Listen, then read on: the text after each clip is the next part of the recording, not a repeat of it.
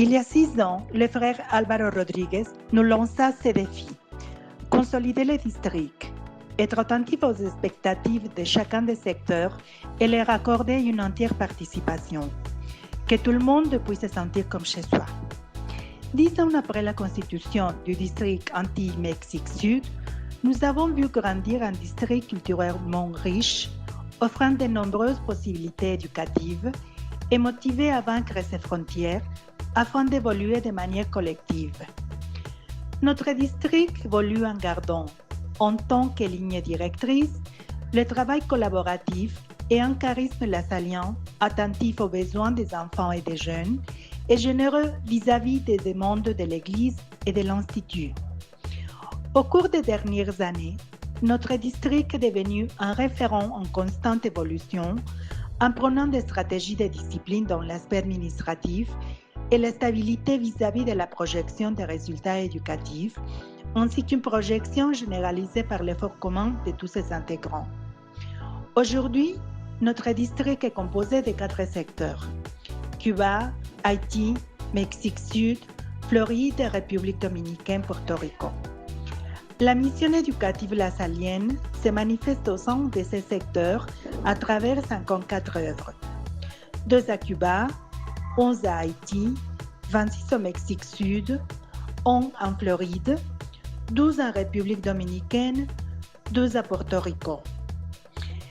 Un total de 96 806 étudiants sont concernés, dont 49 458 de sexe féminin et 47 348 de sexe masculin.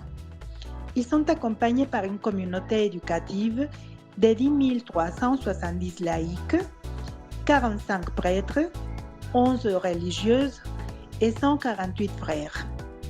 L'importance de poursuivre le chemin de notre fondateur, Saint Jean-Baptiste de La Salle, en veillant sur les individus les plus défavorisés, constitue un aspect important de notre mission en tant que district. Celui-ci est pourvu d'institutions mises en place au service des populations vulnérables qui accueillent un total de 12 607 étudiants. Grâce à Dieu et au travail de nombreux frères, nous disposons aujourd'hui de maisons de formation au sein de chacun des secteurs. Aspirants: 11 au Mexique Sud, 5 à Haïti, 2 en République dominicaine, 1 à Cuba. Postulants: 6 à Tlalpan, 3 dans la communauté de Veracruz.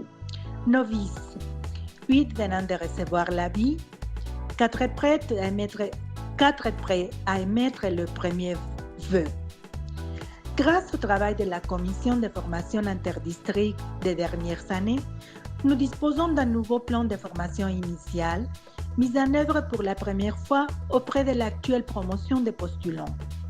Ce nouveau plan implique de nouveaux défis pour la pastorale vocationnelle ainsi que pour le renouvellement de nos processus de formation au sein de tous les secteurs. En ce qui concerne l'amélioration éducative, notre district met en œuvre actuellement le modèle interdistrict de qualité éducative lasalienne MICEL, issu du système de gestion de la qualité que 95% des institutions du secteur Mexique Sud ont complété. Le cycle scolaire 2015-2016 a débuté avec le modèle interdistrict de qualité éducative lasalienne dont le but d'aider les institutions à impulser et à systématiser les processus de qualité éducative. Actuellement, 8 institutions travaillent formellement avec ces modèles qui se trouvent par ailleurs en processus d'adaptation au sein des secteurs Floride, Haïti, République dominicaine et Porto Rico. Le district Antilles-Mexique Sud veille par ailleurs sur l'une des principales raisons d'être de l'école lasalienne, la formation dans la foi. Celle-ci mérite d'être évaluée périodiquement au sein des institutions afin de la connaître et d'assurer une approche cohérente vis-à-vis des besoins et des défis du monde actuel. Pour cela, une évaluation visant à détecter les domaines d'opportunité a été réalisée avec les résultats suivants. Manque d'un programme solide dans les domaines de pastoral qui dérive d'un projet éducatif institutionnel. Peu ou pas de lien entre les textes et le contenu des catéchèses abordés dans les différents niveaux scolaires. Faible définition des contenus de formation dans la foi. En tant que réponse à ces besoins, le Secrétariat pour la mission éducative lasallienne propose construire un nouveau programme de formation dans la foi qui puisse aider à affermir et enrichir la catéchèse au sein de chacune des institutions. Mettre en application le programme de formation dans la foi à travers les livres et le matériel adéquat, qu'il s'agisse des textes existants sur le marché ou bien de la réalisation de ces derniers, de manière à ce qu'ils soient utilisés de manière efficace par la communauté. Renforcer la formation des enseignants responsables de la matière dans le but d'obtenir le profil idéal pour assurer de manière permanente la réussite des défis de la mission. De la philosophie de Saint Jacques-Baptiste de la Salle découle une partie essentielle du travail que nous réalisons quotidiennement, associé pour les services éducatifs des plus pauvres, des plus démunis. C'est pour cela que nous nous efforçons, et en tant que réponse au chapitre général, de renforcer notre engagement dans le but d'évaluer, soutenir et renforcer le réseau mondial d'associations. En effet, nous nous sommes donnés comme travail celui de construire l'association pour les services éducatifs des pauvres qui débouche sur la formation lasallienne connue comme FORLA. À travers le FORLA, nous sommes conduits de manière personnelle à nous approprier des valeurs partagées par la famille lasallienne et à vivre l'expérience de nos associés et de nous engager dans les projets éducatifs qui répondent aux situations de pauvreté auxquelles nous nous confrontons jour après jour. Notre district possède sans aucun doute diverses voies d'opportunités, parmi lesquelles se trouve l'intérêt de renforcer l'accompagnement personnel des frères, et spécialement des jeunes et de ceux du troisième âge.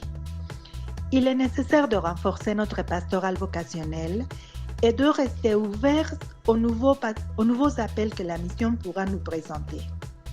Un autre domaine d'opportunité est celui de la formation permanente des frères de tous les secteurs que nous devons entreprendre avec plus de diligence.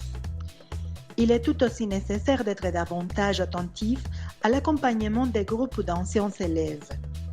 Dans le monde actuel, submergé par de multiples crises économiques et sociales, l'éducation est un facteur fondamental dans le développement et la stabilité du district, ainsi qu'au sein même de la société. C'est pour cela qu'il est impératif de consolider et de renforcer les activités réalisées au sein de nos institutions. Notre district doit être conçu en tant qu'institution pour la culture des savoirs et des connaissances, mais il doit aussi envisager en fonction de l'humanité, de sa préservation et de sa formation. Nous formons des jeunes avec des valeurs qui leur permettent de transformer leur entourage avec enthousiasme et responsabilité sociale. Nos élèves constituent un vecteur de changement dans la société. Il est courant de nos jours d'entendre parler des crises, bien qu'il s'agisse déjà d'un concept limité. Notre district a pour objectif de faire naître de ces moments difficiles de nouvelles opportunités en optimisant nos actions sur une meilleure performance qui nous permettra collectivement d'assurer l'évolution du district Antilles-Mexique Sud.